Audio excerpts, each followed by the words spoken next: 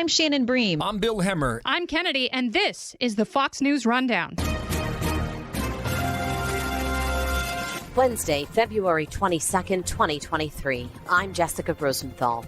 Recent studies and standardized test scores have some warning about the effects of pandemic-related learning loss. And while some school districts are taking it seriously, the long-term impacts may hurt our economy. From what I've seen, school districts are dramatically underestimating what it's going to take to allow students to catch up. I'm Dave Anthony. It's Ash Wednesday. The most visited day of the year for Christians visiting churches. And why is that? We receive a very visible symbol of our identity and of our belief. And I'm Dr. Ben Carson. I've got the final word on the Fox News Rundown. Last fall, we got the nation's report card on standardized test scores from across the country, and they were, in a word, disappointing.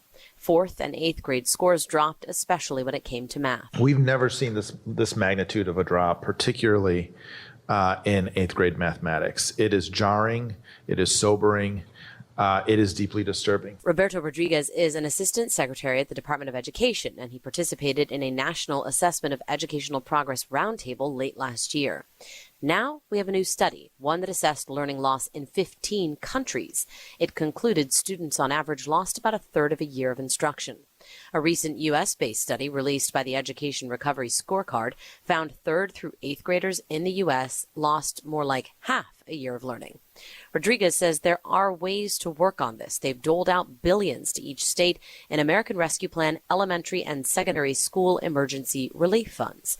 But now the burden is on school boards, superintendents, principals, and teachers to implement a plan and recover from the education losses. So the latest study that I read was out of Education Week, and I believe I read that last week, that said, as a general approximation, we're looking at 1/3 of a school year lost to our students from the pandemic year and moving forward. Beth Crider is the Peoria County Regional Superintendent in Illinois, overseeing 18 school districts. But it's more than just the academic loss, right? It's attendance. It's the social emotional learning and the mental health struggles that we're seeing. All of that combined is that we have a lot of work to do in the public school system to recover and move forward post-pandemic. So we have some strategies that we're putting in place, and the evidence is suggesting that we need accelerated after-school programming. We need accelerated summer school programming, and then we need to wrap all of that in mental health supports. And so there's a lot that we can do to mitigate some of that learning loss and then accelerate the learning. Is that something that you can mandate, or is that something that you just say, hey, parents, if you do want your kids to, brush up, let's enroll them in summer school? Or how do you sort of implement this in terms of either mandating it or just saying we're offering it? That's a yes and. So you can mandate it for some learning loss for kids, absolutely. But as school districts, if we want to get into some of that funding, the ESSER funding, the COVID funding, if you will, we were required to write for after-school programming and summer school programming into those dollars, or we did not receive them. So that's a major carrot for your school districts to go after those dollars and bring them to their local school districts, is to have those things available for their families. Yeah, we keep hearing the money's available. There's some of the extra American Rescue Plan money left over. And you're saying if you want some of that, you have to account for it. You have to ask for it and have it doled out to you, and you have to prove that you need it and you have to have a business plan, essentially. Absolutely. I run the alternative high school here for Peoria County for kids that haven't been successful in their home high school. And when I wrote for those dollars, it was very specific by percentiles of how much money had to go to those things. So it is written into the plan. Wow. So finally, then, it sounds like you guys have a plan that you want to have implemented. What then would you tell parents who maybe don't necessarily see this as a big deal or aren't recognizing, learning loss in their homes, especially those families that maybe don't have money for private tutors? I mean, what would you tell parents to do if they want to help their kids with this learning loss and reinforce that it's real and it's happening and it's harmful? Well, let's start with the sense of urgency, and it's around developmental milestones. Kids are naturally supposed to go through certain things in middle school, high school, right? So what we're seeing, what teachers are reporting is that a ninth grader is showing up more like a seventh grader developmentally. The sense of urgency is there. We have kindergartners that are showing up that maybe have not been around their peers of any age because they were in their homes for so long.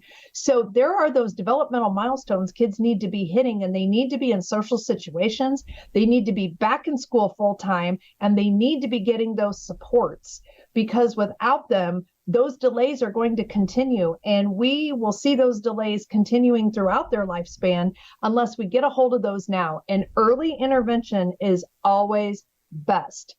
It turns out not all learning loss is equal. Thomas Kane, the faculty director of the Center for Education Policy Research at Harvard, has been studying the COVID-related school interruptions and found that students from lower-income homes have struggled more, finding the quarter of schools with highest shares of students receiving federal lunch subsidies missed 2/3 of a year of math learning, while the quarter of schools with the fewest low-income students lost just 2/5 of a year.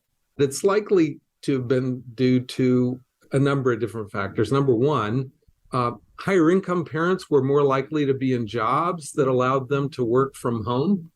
And as a result, parents were more available for, monitoring students learning online. Another factor is likely to have been, broadband access. Another would simply be access to a quiet space at home, like having your own bedroom to be able to do your lessons, or a desk where you could sit at to do your lessons rather than being gathered around a kitchen table with your brothers and sisters all trying to do lessons online at the same time. I think there were a number of different factors that likely played a role. What should we do then right now? If learning loss is real and damaging, then how do we fix this? Because you can't just keep, a bunch of 6 to 16-year-olds in school for longer days. I mean, they're your brain can't absorb everything all at once. This would obviously have to happen over time, this whole catch-up process, right? So what do we do? So, Jessica, that is a terrific question. And so, first of all, your listeners should know that these declines in achievement mean students have lost a lot. So we've looked in the past at what happened in states that saw big increases in achievement.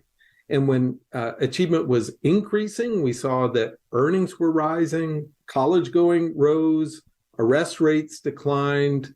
And now that we've seen achievement fall, based on that history, we predict there's going to be about a 1.6% decline in students' lifetime earnings. Now, 1.6% doesn't sound like a gigantic loss, but it's about $20,000 per student over the course of their lifetime. Now, from what I've seen, school districts are dramatically underestimating what it's going to take to allow students to catch up. So just for your listeners, I've looked at the research on the effects of things like summer learning, the effects of tutors, double dose math. So you're right, it's hard to dramatically lengthen the school day, but there has been research on the effects of providing students with an extra period of math or an extra period of reading. So here would be the kind of program that would be necessary to help students catch up. So provide high dosage tutors to 10% of students, where high dosage tutoring means a student is getting a tutor for 3 times a week for the whole school year. Many districts are rolling out providing tutors, but not nearly as high dosage as 3 times per week for the whole school year. But suppose we could do that for 10% of students. Suppose we did summer school and we got 75% of students to show up for summer school. Suppose that we provided an extra period of math instruction to 30% of students. And suppose on top of all that, we extended the school year by 2.5 weeks. No district is doing anything like that. And yet, if you added up the effect sizes for all of those interventions, it would add up to about a half a year's worth of growth. And a lot of districts have lost more like a whole year or a year and a half. So school districts need to be doing much more. And the reason why I mention that is districts are sitting on about $190 billion in federal aid that they received since the beginning of the pandemic. And those dollars need to be spent by September 24. And unless districts start to rethink how they're using that money and rethink their recovery plans, that money will have been spent and students will still not have caught up. That's a really important point, that if you do have the dollars, because this, I was thinking as you were talking, this would take additional funding. And if you're saying the funding is largely there, that seems like that would be the most obvious way to put it to use.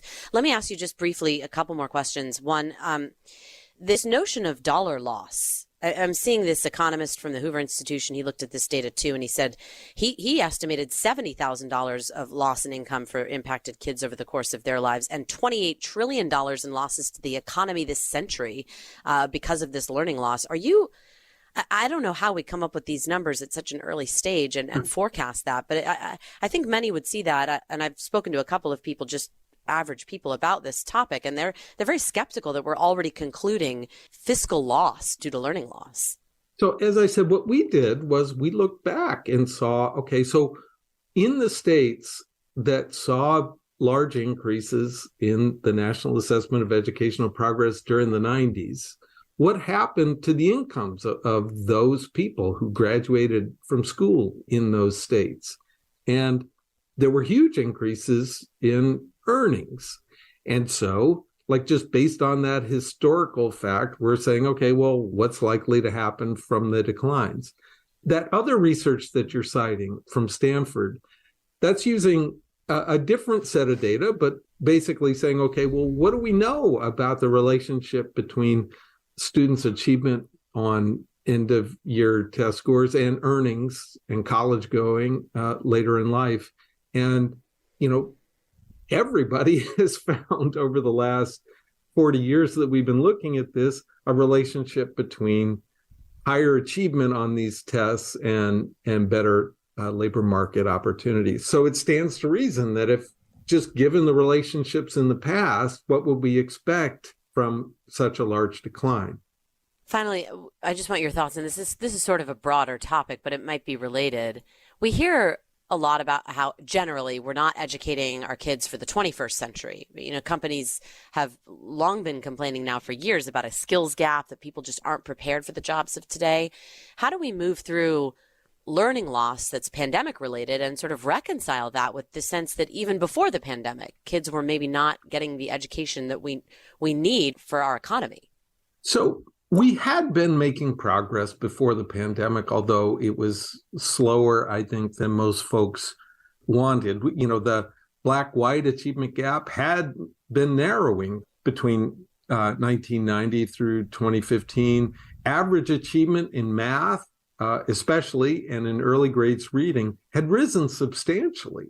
So we had been making progress, and we lost about 40% of that progress just in 3 years. At least 40% of the progress in eighth grade math we lost between 2019 and 2022. So yes, there were problems even as of 2019, but those problems just got a lot worse over the last few years. Professor Tom Kane, faculty director at the Center for Education Policy Research at Harvard, thank you for joining us.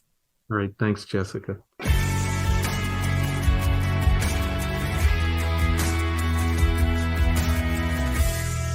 This is Dr. Ben Carson with your Fox News commentary. Coming up.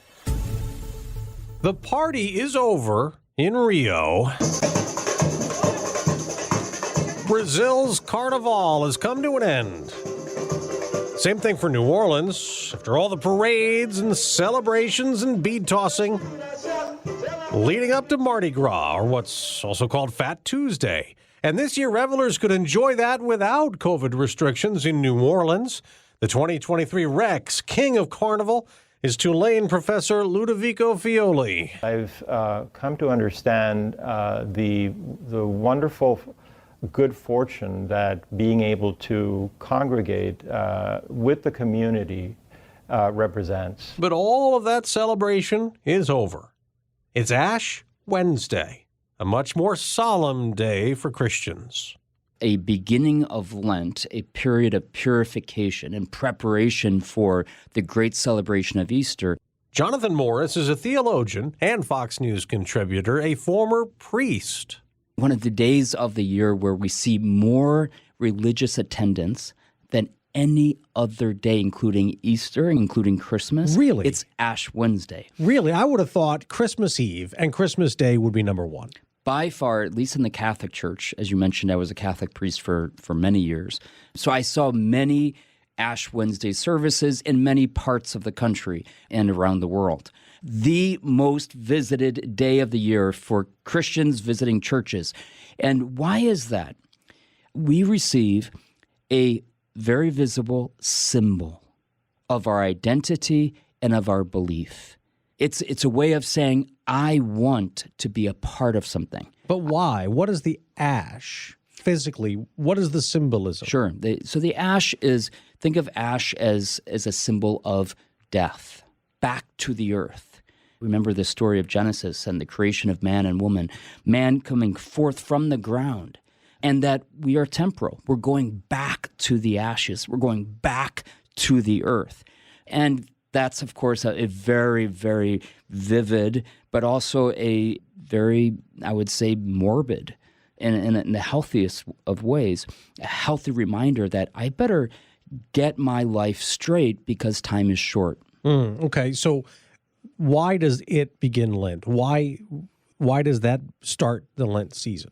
Well, it goes back to the example of Jesus who went out into the desert before he began his public ministry. And that's really what Lent is. It's a 40-plus days of purification in preparation for the beginning of our Christian journey. The faithful are asked or expected to give something up for Lent, correct? Yes. In different Christian traditions, there are different invitations of what we can do during Lent. Giving up something, doing something hard that purifies us, that reminds us that just giving in to every whim is not necessarily going to bring us to happiness. That's one, right? Okay. Another one would be almsgiving. It's saying the things that I have, right, the things that I own, yes, they're objectively mine legally, but there's not absolute ownership in the Christian worldview. Mm-hmm. That I might have $100 in my pocket, but that $100 also is meant for the good of others. Okay, and so there's almsgiving. To donate. Yes. To give. Yes, to give. That's also convenient for churches, I think. So I'm not sure where the origin. Right, that's fair. Okay? But that's I think it is a healthy thing to give, right? And then third is prayer, right? To increase our prayer life, to connect with God, to converse with God, to deepen our relationship with Him through prayer. But these days, fewer people are connecting with God in church. Back in 1972, 92% of Americans in a Pew Research survey identified as Christian. In 2020, that number's down to 64%. Nearly a third say they're religiously unaffiliated. The other 6% identify as Jewish, Muslim, Hindu, or Buddhist. Lifeway Research reports in 2019, 4,500 Protestant churches closed across America, a first in the years it's been tracking that, a trend believed to have accelerated during the COVID pandemic. And Lifeway also reports in 2017, it did a survey of 18 to 22-year-olds who had attended church regularly while in high school. 7 in 10 of them stopped going. But Jonathan Morris says that does not worry him. God has not been diminished, even if our faith or our practice of religion has diminished. In other words, nothing really, really important has changed. Okay. God is still, in my belief, Christian belief, God is just as much God. He is just as much an all-loving, all-powerful, providential being as he was before the pandemic and 50 years ago, and even in the kind of golden age of Christianity in America. We're not going to church because we don't believe as much. Our parents went to church because they had to go to church, or they felt guilty if they didn't go to church. What's going to happen now?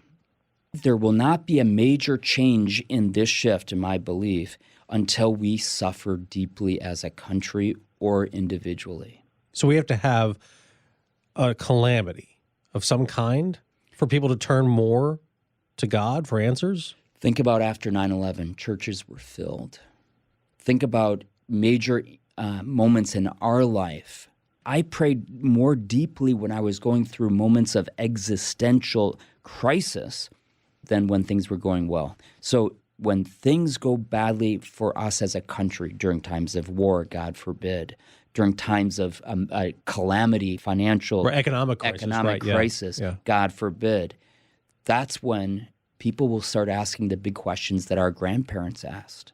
There will be a great awakening. I think it will be instigated or generated by suffering.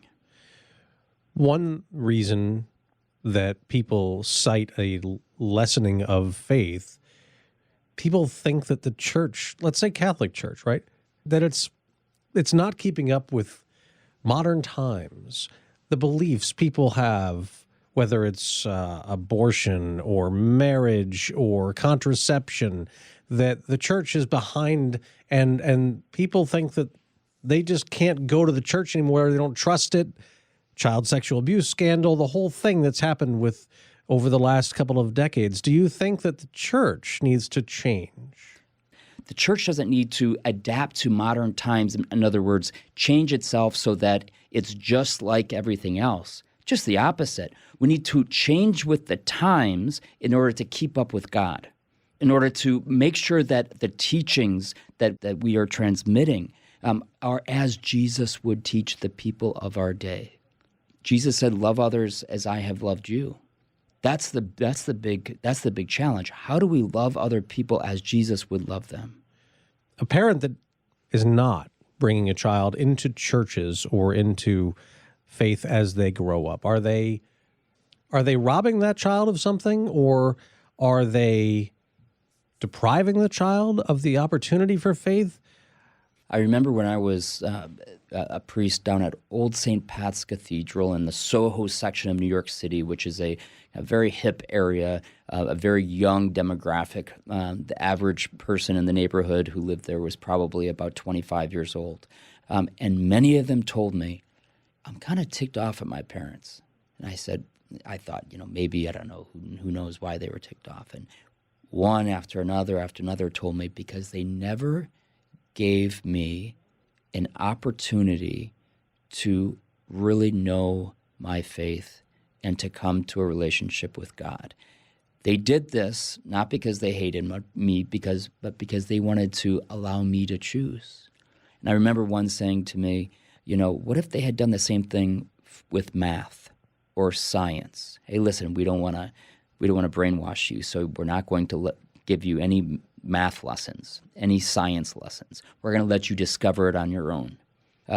And in these cases of these young people, actually maybe the path that their parents chose actually worked for them. But my guess is that there are hundreds and thousands of others like them whose parents were saying the same things, either like philosophically, we don't want to brainwash you, or else just, and this is probably more likely, just a little bit lazy. I always found it interesting with religion. It's where you were born and where you live in the world that decides how necessarily what faith you're exposed to when you grow up. In America, of course, most people would be the Christian faith if they're going to church, not Judaism or Buddhism or Hinduism. India would be different. You'd be different if you were in other parts of Asia. It would be different if you grew up in the Middle East. Kids don't say, okay, here are the 5 religions. What do you think fits you best? Some people would use that as a reason why we shouldn't be Christian or whatever it is that our parents were. We are responsible to God in as much as God reveals himself to us. Maybe it's a longing for understanding life's big questions about eternity. But God is able to, because he's so much bigger than time or place or religion, that he can reveal himself in a way that then we have to respond, or we have an opportunity to respond to. So much different than, hey, listen, Catholicism or Christianity can't be true, because what about those who never even heard about Christianity because they were born Muslim? I would say the same thing.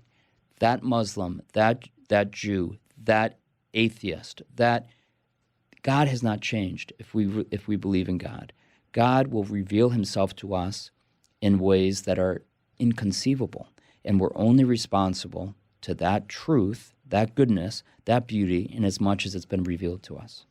But with all the religions, unless you're atheist, just about everybody believes there is some sort of a higher power, right? And that absolutely, no matter which one religion you're following. Yes, especially I would say, especially the monotheistic, the three great monotheistic religions that you spoke of: Islam, Judaism, Christianity. There are other kind of spiritual belief systems that don't believe in a personal God as we do. But yes, you're exactly right.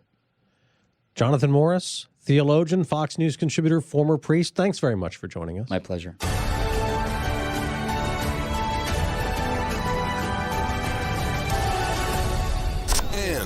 In other news, I'm Gianna Gelosi. If you have an old iPhone laying around, it could be worth some serious cash. A first-generation iPhone still in its factory-sealed box sold for an eye-popping $63,356.40 at an auction on Sunday. That's 10 times its original price of $599 back in 2007. At the time, the first-release smartphone featured an innovative touchscreen, a web browser, and a 2-megapixel camera, and 8 gigs of storage. It received Time Magazine's Invention of the Year and quickly became Apple's best-selling product. Compare that to today's tech with the iPhone 14 Pro's 48-megapixel camera and anywhere from 128 gigs to a terabyte of storage. The seller of the auction phone, Karen Green, said she got the phone as a gift but never used it because she didn't want to switch wireless carriers. So it sat in its unopened box on her shelf for 12 years. But in October, Green says she saw an unopened first-release iPhone sold for more than $39,000 at an earlier auction. She said she's going to use the $63,000 she made to start a cosmetic tattoo studio in New Jersey.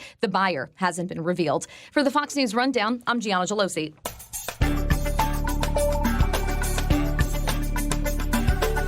From the Fox News Podcasts Network. Stay on top of the latest news and information from Fox News. Listen and download the Fox News Hourly Update on your time. The trending stories you need anytime you want it. Listen and download now by going to foxnewspodcasts.com. Rate and review the Fox News Rundown on Apple Podcasts or wherever you listen. It's time for your Fox News commentary. Dr. Ben Carson. What's on your mind? As we celebrate Black History Month this February, Americans of all stripes would do well to remember that Black history is not something apart from American history, but simply another part of our great national story.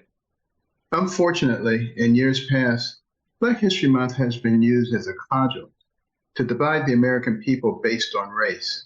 All the sins from America's past are highlighted. Radical anti-American figures are elevated.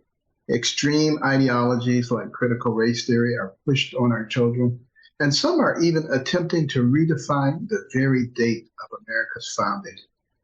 This year, I wanted to change the narrative by taking this opportunity to highlight just one lesser-known African-American hero from our history and share his story as an example of patriotism and unity. Peter Salem was born into slavery in Framingham, Massachusetts in 1750 and lived there until age 25 when he was emancipated so he could enlist as a Massachusetts Minuteman. As a soldier, Salem fought in the very first engagements of the Revolutionary War through his participation in the Battle of Lexington and Concord with Colonel John Nixon's 5th Massachusetts Regiment, which included several other African-American soldiers. Later that year, Salem fought in the Battle of Bunker Hill and was widely credited with firing the shot that killed British Major John Pitcairn, which gave the fledgling Continental Army a much-needed morale boost early in the war. Salem received an accommodation from the Massachusetts General Court for his bravery at Bunker Hill, and then continued his service by re-enlisting with the 4th Continental Regiment. After the Revolutionary War, Salem built a home in Leicester, Massachusetts, and struggled to get by while working as a weaver, gardener, and chair repairman, struggling to earn a living.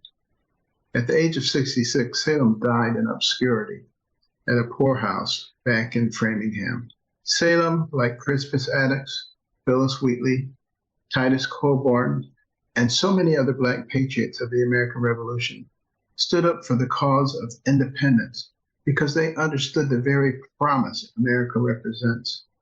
Though we failed to perfectly live up to those ideals at the time our nation was founded, today America remains the land of equality, liberty, and opportunity for all.